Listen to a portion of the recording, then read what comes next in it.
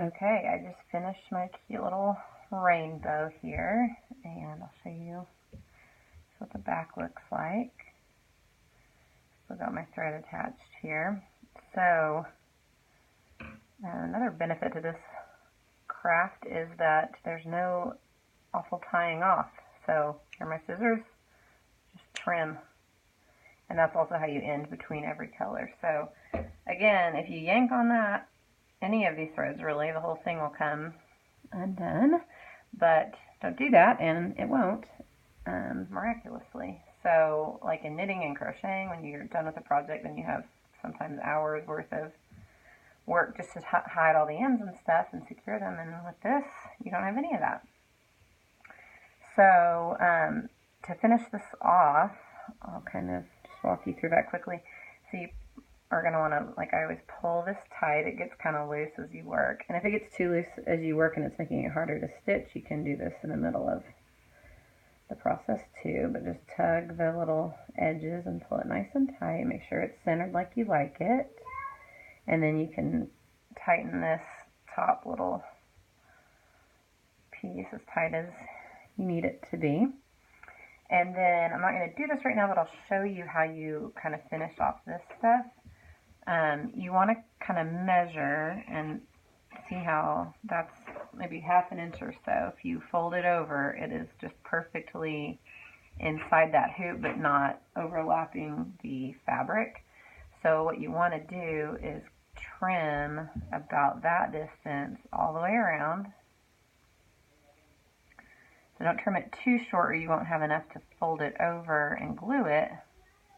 But don't trim it too long, or else it will go beyond the wood hoop, and you can kind of see the shadow of it sometimes depending on the lighting or the color of the fabric that you use. Okay, so trim, trim, trim.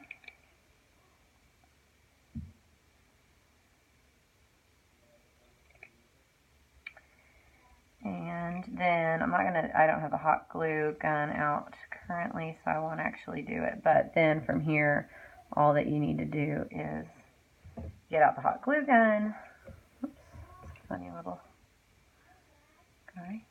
Okay, get out the hot glue gun and do like a little, a couple inches, little small chain of glue, and then fold this over and hold it till it sticks, and then move and do the next piece. And so what that will do is make the front look like this instead of this.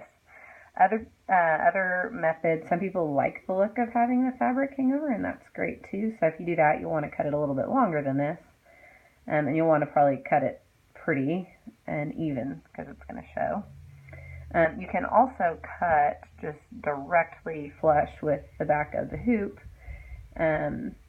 It's easier, you don't have to glue anything, but if it ever gets loose or comes undone, it can be hard to get it back exactly in that spot. You just don't have the excess to kind of help you tighten it, or if it ever comes undone, you've got to get it exactly back in that same spot. So I've done it both ways. When I'm not wanting to get the glue gun out, I just trim it right here and hang it on the wall and hope that it never comes undone. But if you're making it for a gift or something, it is a little bit, I think, more polished to go ahead and glue these down.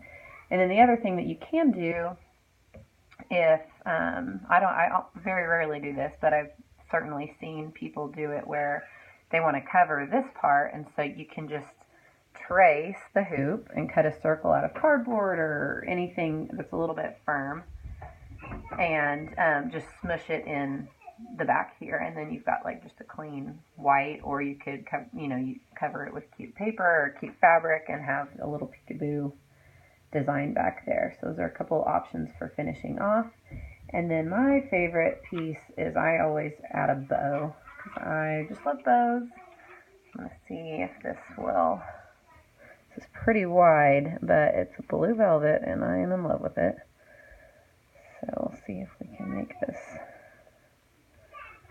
work for us. Another option is to just do a bow like around a little rubber band, and then all you have to worry about is attaching the rubber band. Sounds like my children are being delightful,